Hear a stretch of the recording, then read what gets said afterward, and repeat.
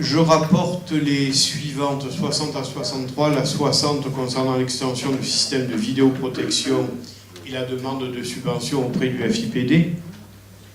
C'est un dossier que nous avons suivi avec Caroline.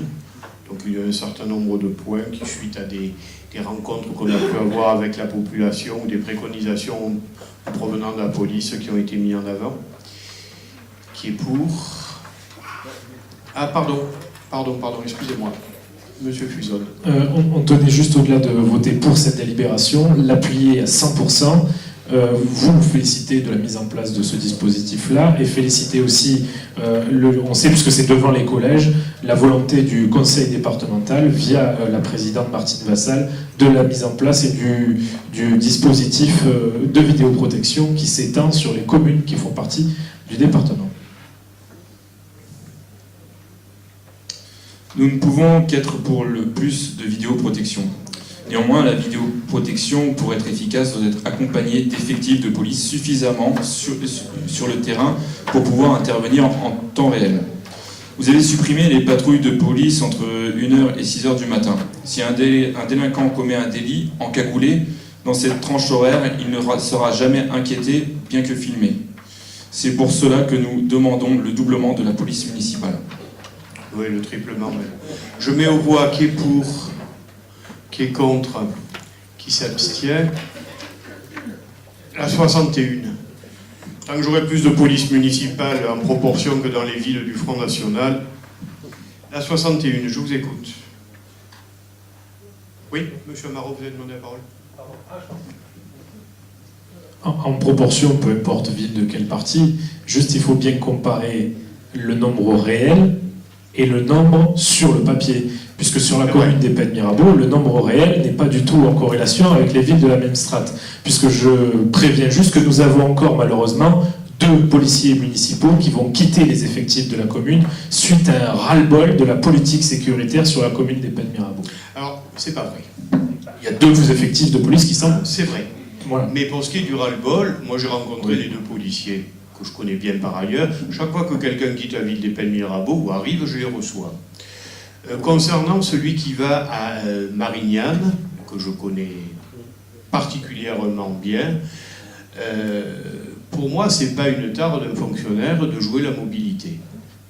Voilà. C'est pas parce qu'il y en a ras-le-bol, et c'est parce que par rapport à un profil, il risque de gagner un petit peu plus.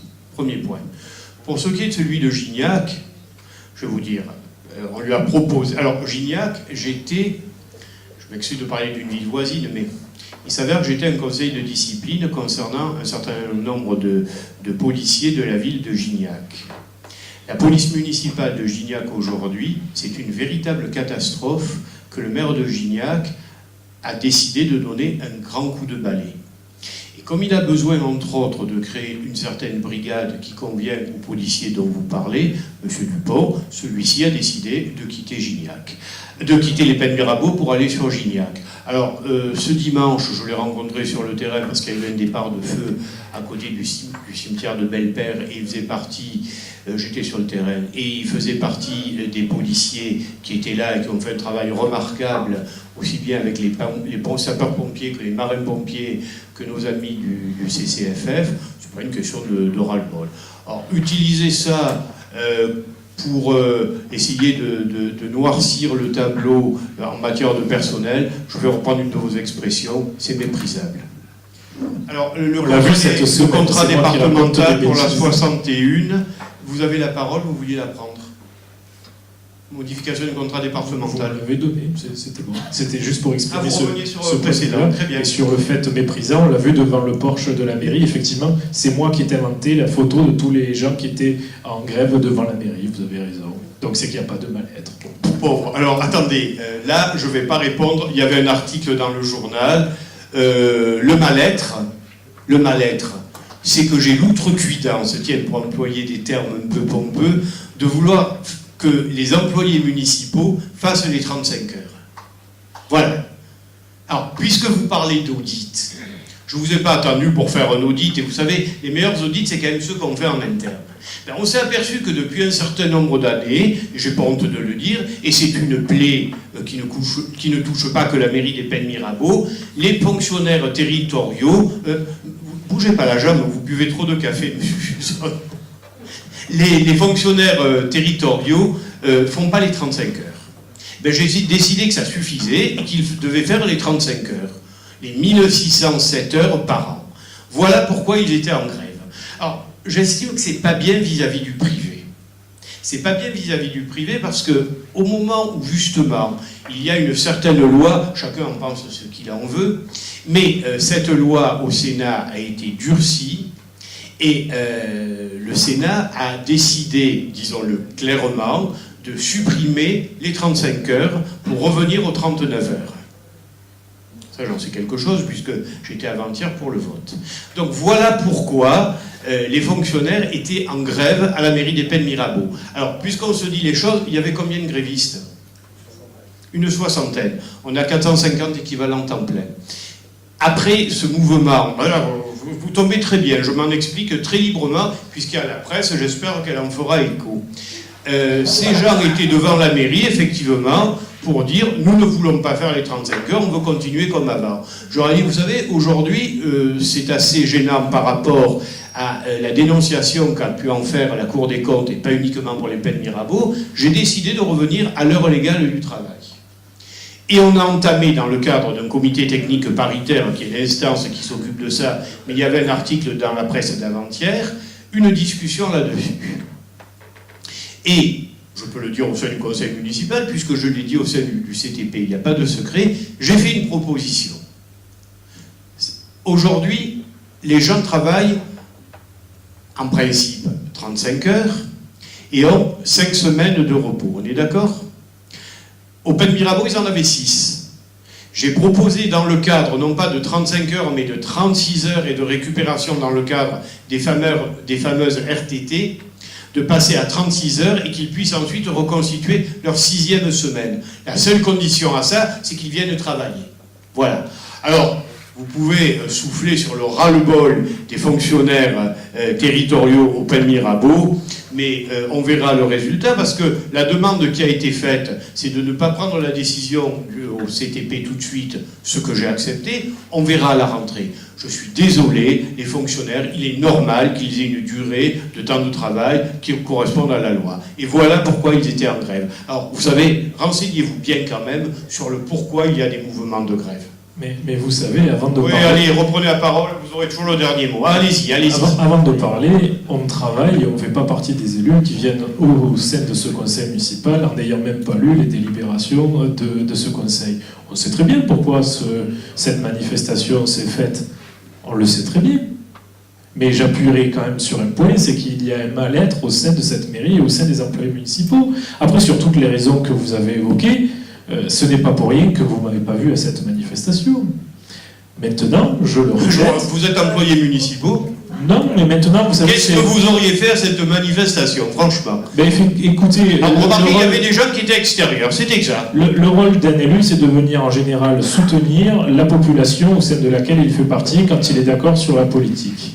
Ben voilà, donc ça, c'est le rôle de l'élu. C'est pas de rester chez lui à la maison et de travailler sur... Vous qui défendez la suppression des 35 heures et le retour des 39 heures, vous irez expliquer ça aux syndicalistes de la maison. Moi, ce que j'explique juste, c'est que je maintiens le fait qu'il y a effectivement un ras-le-bol au sein de la municipalité et que les gens en partent. Sur tous les sujets que vous avez exposés, après, la vie est très bien tranchée de mon côté. N'inquiétez pas du mien aussi. Je voudrais qu'on parle de la 31, les modifications du 61, modification du contrat départemental. Question, remarque.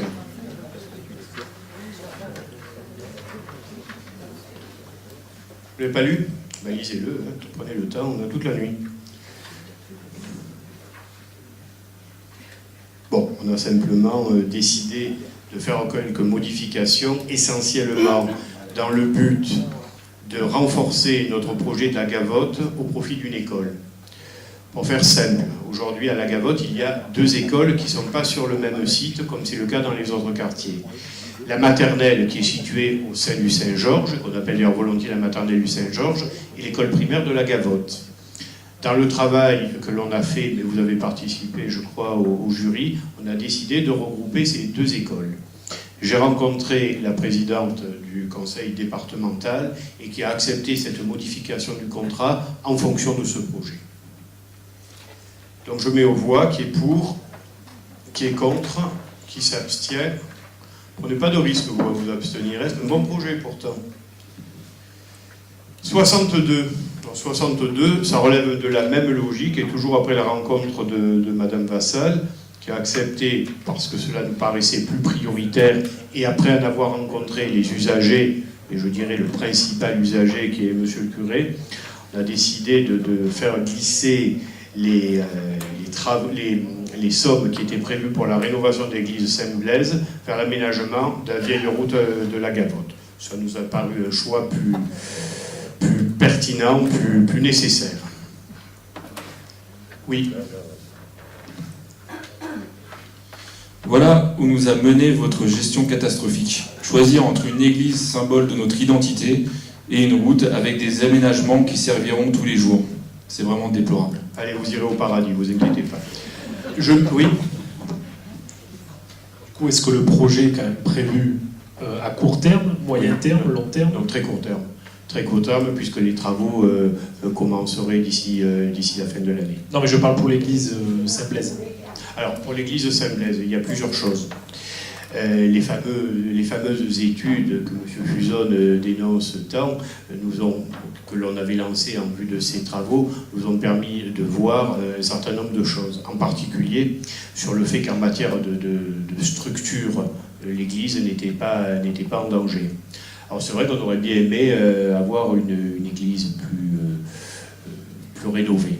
D'un autre côté, le diocèse, via l'association diocésaine, avait fait un autre choix. Plutôt que de rénover Saint-Blaise, c'était de rénover l'église de la Gavotte. Et pour cause, cette église leur appartient. Ça ne fait pas partie des églises dites loi 1905. Donc ce que l'on a décidé, après la rencontre que j'ai pu avoir avec Monique Slissa et Monsieur le curé il y a quelques jours, c'est de participer de la deuxième tranche de travaux de l'église de la Gavotte, qui en a, je termine, qui en a, selon eux, plus besoin que l'église Saint-Blaise. Plus quelques travaux que l'on devrait apporter en complément au niveau des canaux.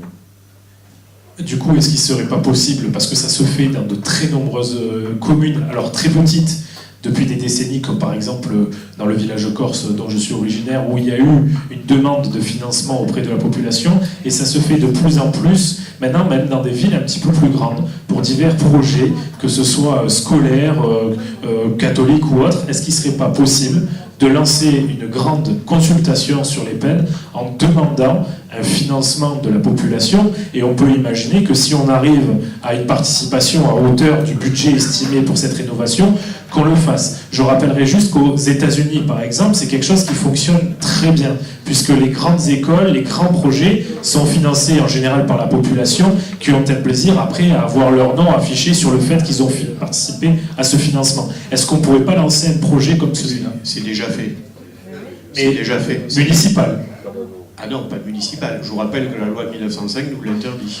Fait. Officiellement, officieusement. Après, il y a une manière de... Non, mais je me suis mal exprimé, vous avez entièrement raison de me reprendre. Il y a la possibilité de le faire par la possibilité que vous connaissez, mais en ayant une communication municipale assez grosse sur ce projet. Moi, écoutez, je vais un peu plus souvent à la messe que vous. Non, mais je dis ça parce qu'on en a régulièrement parlé dans les messes qui ont été faites sur la paroisse des Pennes Mirabeau, que ce soit au Cadeneau, que ce soit à la Gavotte ou que ce soit à Saint-Blaise. Cette souscription a été lancée. Alors maintenant, si c'est une question de communication, Monique, qui fait partie de l'association paroissiale, je te donne la parole. Je ne vois absolument aucun inconvénient à ce qu'on diffuse le lancement de cette souscription qui a pas mal marché. Puisque un tiers des travaux de l'église de la Gavotte a été couvert par la souscription. Le deuxième tiers a été couvert par le diocèse et le troisième tiers par un prêt avantageux, toujours venant du diocèse, en direction de la paroisse. Voilà. Donc l'église de la Gavotte, normalement, j'en ai reparlé avec le père Aligé, ces travaux devraient être prévus pour 2018. Je ne vous cache pas que je souhaite, en tant que sénateur, donner sur ma réserve parlementaire une participation. Alors, ça se heurte à une difficulté, puisqu'aujourd'hui, on ne peut pas financer une association cultuelle. Pour ce faire, il a été décidé, je crois que c'est en cours, si ce n'est déjà fait, de créer une association culturelle. Voilà. Alors tout ça peut paraître un peu jésuite, mais c'est comme ça. Autant que M. Fusone, je défends nos églises comme faisant partie du patrimoine. Alors que vous me balanciez dans les dents ce que vous venez de faire, c'est simplement lamentable. Mais venant de vous, j'ai l'habitude et ça ne me touche pas. Madame... pardon, Nathalie. Donc moi qui suis une grande pratiquante devant l'Éternel, tout le monde le sait, je ne serai certainement pas au paradis, et j'ai reçu par courrier une demande d'aide pour la rénovation de l'église de la Gavotte, et donc je l'ai bien reçu par courrier. J'espère que tu as donné quelque chose, ça te fera gagner des indulgences pour aller au paradis, tu en as bien besoin. Eh ben, voilà, eh ben, tu ne me croiras pas, eh ben oui. Ah ben voilà, j'en étais sûr. Voilà, donc effectivement, voilà, j'ai reçu par courrier. Non, Et alors je te confirme que c'est pas en allant à la messe que je peux avoir l'information. Hein.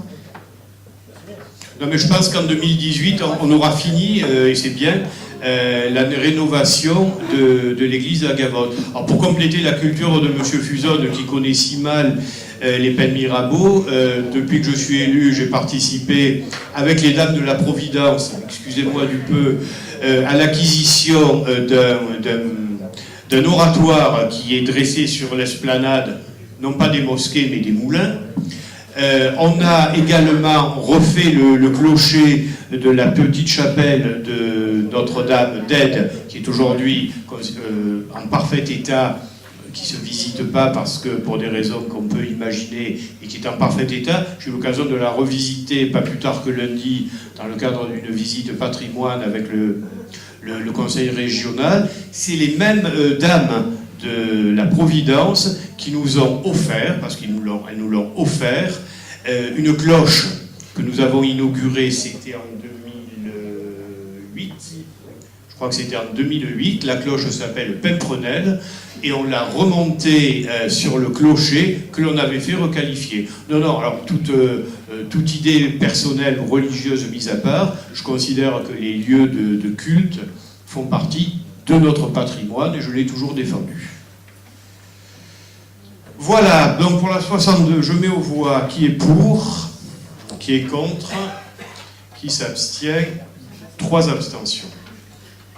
La 63, il s'agit du renouvellement d'exploitation de la carrière Samin, qui est une très vieille exploitation sur la commune. Alors on en a profité pour revoir un peu les conditions, parce que les conditions qui, il y a bien longtemps, avaient été négociées, nous rapportaient vraiment pas grand-chose. Je ne dis pas qu'on va faire fortune avec ça, mais c'est dans le cadre justement de l'amélioration et après les défenses bec et ongle que peut avoir Madame Greffeuil, que nous avons obtenu une signature de convention pour avoir un petit peu plus. Voilà, oui. Monsieur Amaron, premier. Concernant le contrat de fortage pour la carrière Samin, nous voterons pour, bien sûr, le renouvellement de ce contrat-là. Pour quelle raison? Parce qu'il y a une fumée un petit peu plus, de plus en plus opaque qui est en train de sortir d'un feu, et en général, comme on le dit, il n'y a jamais de fumée sans feu, sur le fait qu'il pourrait y avoir, dans les années qui viennent, l'exploitation de cet endroit par l'intermédiaire d'une décharge. Donc, tant que nous avons la possibilité de pouvoir exploiter ce lieu comme une carrière et non comme une décharge projet, auquel cas, si un jour, par malheur, il devait arriver, nous nous combattrons avec force. C'est la raison pour laquelle nous voterons pour cette délibération. Je vais vous en parler. Monsieur Fusone. L'allongement de la durée d'exploitation dépend de la négociation de Saint-Gobain avec la préfecture. Nous aurons une réponse en 2018 pour une exploitation allant jusqu'en 2032, peut-être 2042.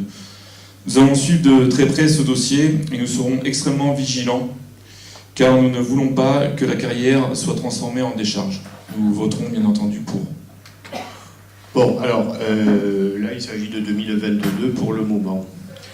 Cette carrière, encore une fois, a de multiples intérêts. Premier, un intérêt économique, tout simplement, c'est l'extraction de produits qui interviennent dans la fabrique du verre. Le deuxième, c'est que ce sont des gens sérieux qui travaillent bien. Le troisième, c'est qu'après tout, c'est quand même sur du domaine communal, on en a profité pour renégocier financièrement à notre avantage. Bon, pour parler de gros sous, on a à peu près triplé la redevance, qui était de 26 000 €, et on devrait arriver, suivant le tonnage, entre 50, et c'est le plancher, jusqu'à 70 000 €. Mon Dieu, c'est toujours ça de prix. Et la quatrième question, qui est loin d'être la moindre, c'est celle que vous évoquez effectivement. Alors, des échos, j'en ai pas eu particulièrement, mais pas besoin d'être un grand savant pour se dire qu'à un moment donné, dans une zone totalement naturelle, quand il y a un trou, ben, la tentation est forte de le combler. C'est pas d'actualité aujourd'hui, ça le sera peut-être demain ou après-demain. Il est certain que nous avons été particulièrement vigilants quand même, parce qu'il ne s'agit pas non plus de faire n'importe quoi. Et là, je remercie Robert Bastard qui a attiré notre attention sur ce sujet, que l'exploitation se fasse en profondeur, c'est-à-dire qu'on creuse, pas qu'on étende. Donc les choses, il y a eu une visite sur site, c'était lundi ou mardi, et les choses ont été parfaitement clarifiées.